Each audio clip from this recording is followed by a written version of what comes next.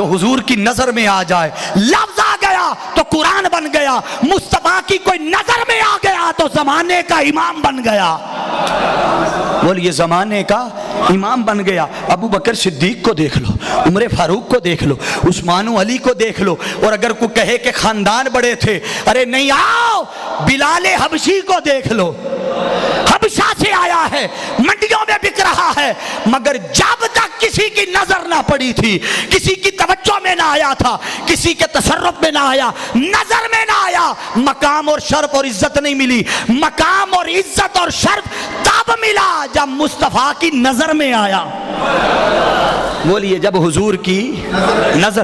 اگر لفظ زبان مصطفیٰ پہ آئے تو عظمت ملتی ہے. سوچو جو مصطفیٰ کی نظر میں آئے اور کوئی نظر میں آئے تو مقام ملتا ہے. سوچو جو مصطفیٰ کے دل میں آ جائے. اللہ اکبر. جو حضور کے, ارے کوئی نظر میں آ جائے تو امام بنتا ہے, جو مصطفیٰ کے دل میں آ جائے وہ خدا کی رضا بنتا ہے. بولیے وہ خدا کی. پریشان نہیں ہونا, تعلق منہاج القرآن سے ہے, باتیں منہاج قرآن سے کروں گا, دلیل بھی قرآن سے دوں گا. آقا علیہ الصلوۃ والسلام کو جب یہودیوں نے طعنہ دیا, کہا کہ کس دین اور اسلام کی باتیں کرتے ہو, کس نماز کی, کس خدا کی باتیں کرتے ہو, رخ تو ہمارے قبلہ کی طرف کر کے نمازیں پڑھتے ہو. توجہ, حضور کے دل میں ملال تھا, غم تھا, اور خیال تھا کہ اللہ کرے نہ کدی ساڈا قبلہ بدل جائے. توجہ, یہ بات حضور کے دل میں تھی. بولیے کہاں تھی؟ حضور کے دل میں تھی. حالت نماز ہے, آقا بار بار آسمان کی طرف سر اٹھاتے ہیں, یوں اٹھایا پھر نیچے کیا, پھر اٹھایا پھر نیچے کیا. اللہ نے فرمایا محبوب قد نرا تقلب وجهك في السماء فلنولينك قبلة ترضاها فول وجهك شطر المسجد الحرام. مصطفیٰ تیرے دل میں جو ہے ہم جانتے ہیں, ہم کعبہ اسی کو بنائیں گے جو تیرے دل میں ہے. اس کا مطلب ہے جو رسول کے دل میں ہو وہ خدا کی رضا بنتا ہے. بولیے جو حضور کے دل میں ہو وہ خدا کی رضا بنتا ہے. اور خدا ہی کی رضا تھی کہ مصطفیٰ مکہ میں ہو تو قرآن مکہ میں اترے, مصطفیٰ مدینہ میں ہو تو قرآن. بولیے وہ جہاں جہاں جاتے گئے قرآن اترتا گیا, پھر اس قرآن کو اکٹھا کیا. تو لہٰذا قارا پہلا مادہ, اس کا پہلا معنی قرآن وہ کتاب جسے تو انو پلڑ میں نہیں دینا, تو انو یاد کروا کے چھڑا گا. قرآن وہ کتاب جسے جمع کیا گیا. دوسرا معنی تیزی سے بیان کر رہا ہوں, قرآن وہ کتاب, پہلا تو ہے نا جسے جمع کیا گیا, دوسرا معنی قرآن وہ کتاب, ارے جس کے اندر سب کچھ جمع کیا گیا. بولیے قرآن وہ کتاب جس کے. یہ بات سننے کے بعد کئی پریشان ہو جائیں گے کہ قرآن میں اللہ نے ہر شے جمع کی ہے. اگر ہر شے جمع کی ہے تو سانو کیوں نہیں لبدی؟ اب توجہ کیجئے گا, اب میں پیغام دینے لگا اور نوجوانوں کو جھنجھوڑنا چاہتا ہوں, اس امت کو جھنجھوڑنا چاہتا ہوں, اس امت کو جو قرآن سے دور ہو گئی, قرآن کی وارث ہو کر بھی دور ہو گئی. بولیے قرآن کی وارث ہو کر بھی قرآن سے دور ہو گئی, قرآن کی فکر کو چھوڑ دیا. آپ کہیں گے ہمیں کیوں نہیں ملتا؟ ارے قرآن سے ملتا تب ہے جب قرآن سے تلاش کرتے ہیں. کوئی قابل ہو تو ہم شانے کہیں دیتے ہیں, ارے ڈھونڈنے والوں کو دنیا بھی نہیں دیتے ہیں. ہم نئی دنیا اسی کو دیتے ہیں, علم اسی کو دیتے ہیں, علم کی خیرات اسی کو دیتے ہیں, معارف اسی کو دیتے ہیں, ثمرات اسی کو دیتے ہیں, برکات اسی کو دیتے ہیں جو لینے آتا ہے. بولیے جو برکات اللہ نے ہر شے قرآن میں رکھی. آپ کہیں گے یہ خطابی جملے ہیں, دلیل دیں. اب سنیے, قرآن ہی سے دلیل دیتا ہوں. رب کائنات نے فرمایا وَنَزَّلْنَا عَلَيْكَ الْكِتَابَ تِبْيَانًا لِكُلِّ شَيْءٍ. یہ جو مصطفیٰ پہ اتارا ہے ہر شے رب کائنات نے کائنات کی اٹھا کر اس قرآن کے اندر جمع کر دی. اگر ہر شے رکھی ہے تو کہنے دیجئے کہ تقوی رب نے قرآن کے اندر رکھا, ایمان کا نور قرآن کے. اب بولتے جائیے, تقوی ایمان کا نور قرآن کے اندر, توحید کی معرفت کے جام قرآن کے اندر, عشق و ادب مصطفیٰ کی پہچان قرآن کے اندر, اعمال کا صلہ اجر قرآن کے اندر, ابتدا کی خبر قرآن کے اندر, انتہا کی خبر قرآن کے اندر, ستاروں کا علم قرآن کے اندر, سیاروں کا علم قرآن کے اندر,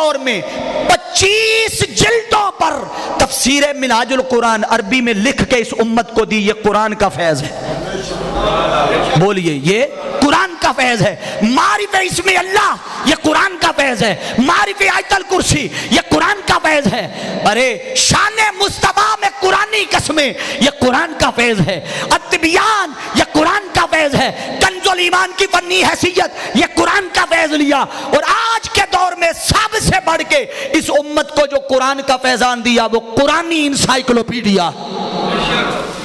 یہ سب کہاں سے لیا؟ یہ سب کچھ قرآن سے لیا. اور لے کیسے لیا؟ اس لیے کہ اللہ نے قرآن میں ہر شے جمع کر دی تھی. ابھی ایک معنی پورا ہوا ہے اور آپ کے چہروں سے لگ رہا ہے کہ دوسرا بھی نہیں سن سکیں گے. توجہ ہے؟ ابھی تو میں نے دوسرے مادے کی طرف جانا ہے. دوسرا مادہ ہے کارانا. ہاتھ چاہ کے بولیو ذرا, بولیو کیا ہے؟ پہلا کیا تھا؟ اچھی اچھی شاباش شاباش. کارا آ. دوسرا کارانا. کارانا کا معنی ایک چیز کو دوسری کے ساتھ ملانا, جوائنٹ کرنا, جمع کرنا, جوڑنا.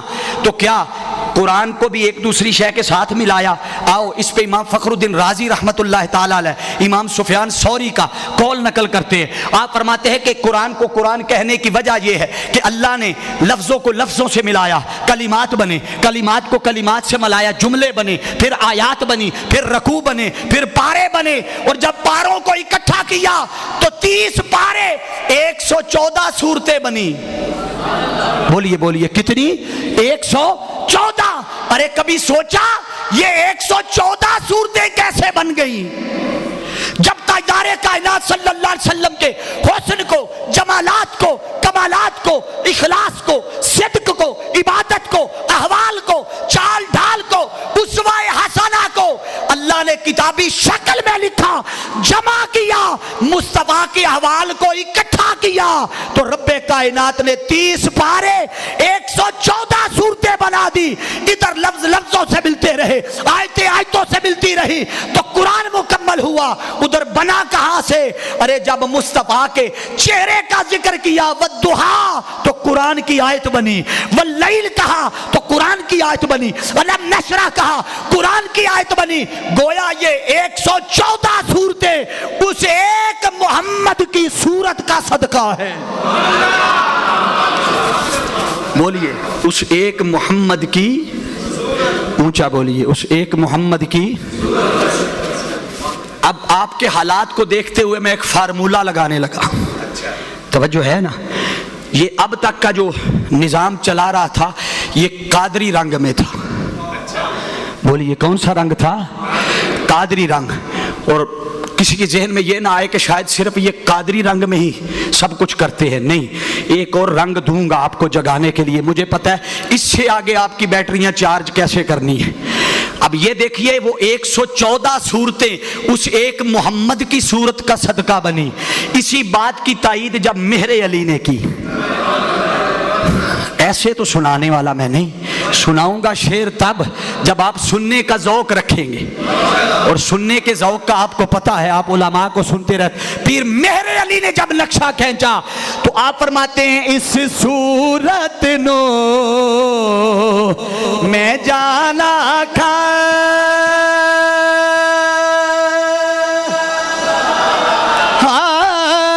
اس صورت نو میں جانا کا, جانا کا کہ جان جہاں کا سچ آقا تیرا بے کہ میں شالا کا سچ آقا. ہاتھ جا کے ذرا پتہ لگے جاگ رہے ہو. اس صورت نو میں جانا کھا, جانا کھا کہ جان جانا کھا سچ آقا تیرا بے کہ میں شالا کھا. جس شال تو شالا سب بڑھیا سبحان اللہ.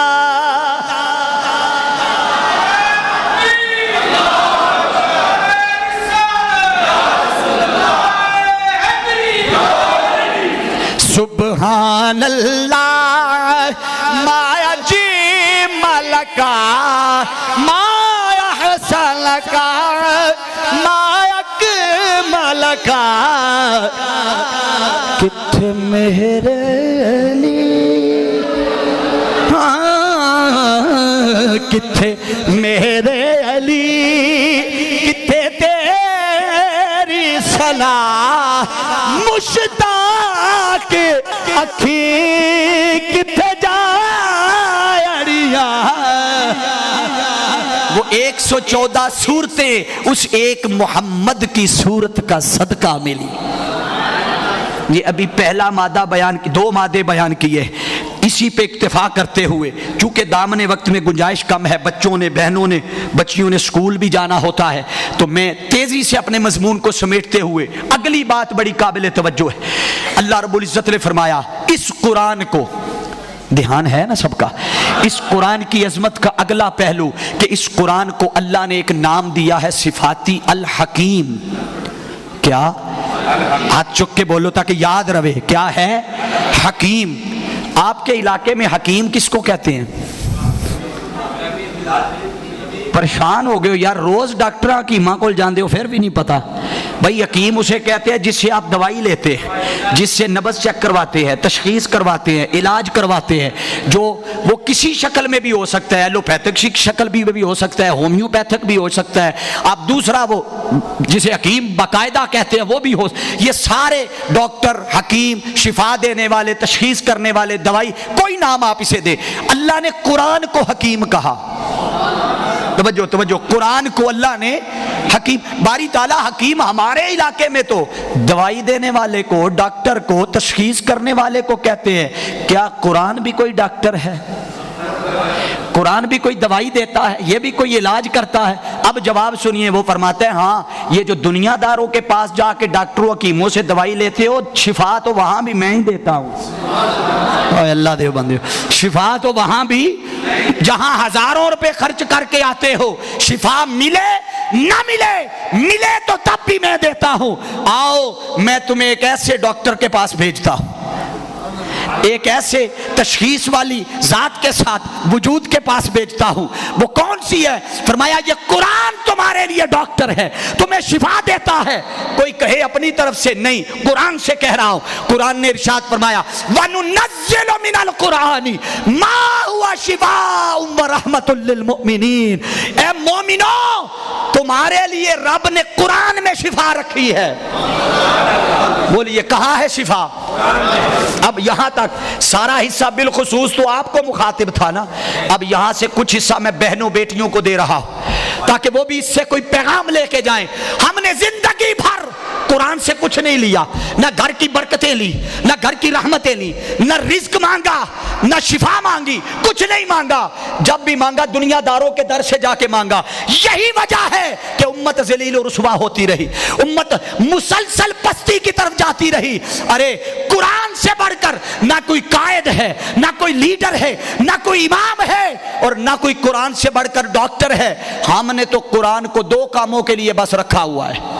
اب ایک درد ہے جو بیان کر رہا ہوں اور یہی پیغام ہے. اور حضور شیخ الاسلام ڈاکٹر محمد طاہر القادری یہ جو شرق تا غرب دنیا کی یونیورسٹیز میں اسلامک سینٹرز پہ جا کے خطابات کرتے ہیں در حقیقت اس امت کے جوانوں کو قرآن سے جوڑنے کی جد و جہد کر رہے ہیں اور یہی پیغام میں دینا. ہم نے 2 کام قرآن سے لیے. پہلا ہم نے قرآن کو رکھا ہوا ہے جب ہمیں ضرورت پڑے نا اپنی سچائی بیان کرنے کے لیے تو ہم قسم کے لیے استعمال کرتے ہیں. بولے ہو ایمانداری نال دسیو گل ٹھیک ہے یا نہیں؟ جیڑا نہیں منے گا انہوں میں ہائی کورٹ دے باہر لیا جانا 4-5 ہزار جھوٹی قسم والا بندہ لب جاتا ہے. آپ چلے جائیں مل جاتے ہیں قسمیں اٹھاتے ہیں لوگ جھوٹیاں. تو آؤ ہم نے قسم کے لیے قرآن کو سنبھال کے رکھا. اور دوسرا کام جب گھروں سے بیٹیاں رخصت کرتے ہیں تو قرآن کے سائے میں بیٹیوں کو بھیجتے ہیں. اللہ ان میری سب بہنوں کے نصیب اچھے کرے وہ ہمیشہ قرآن کے سائے میں رہیں انہیں سیدہ کائنات بطول زہرا کی چادر تطہیر کا سایہ ملے.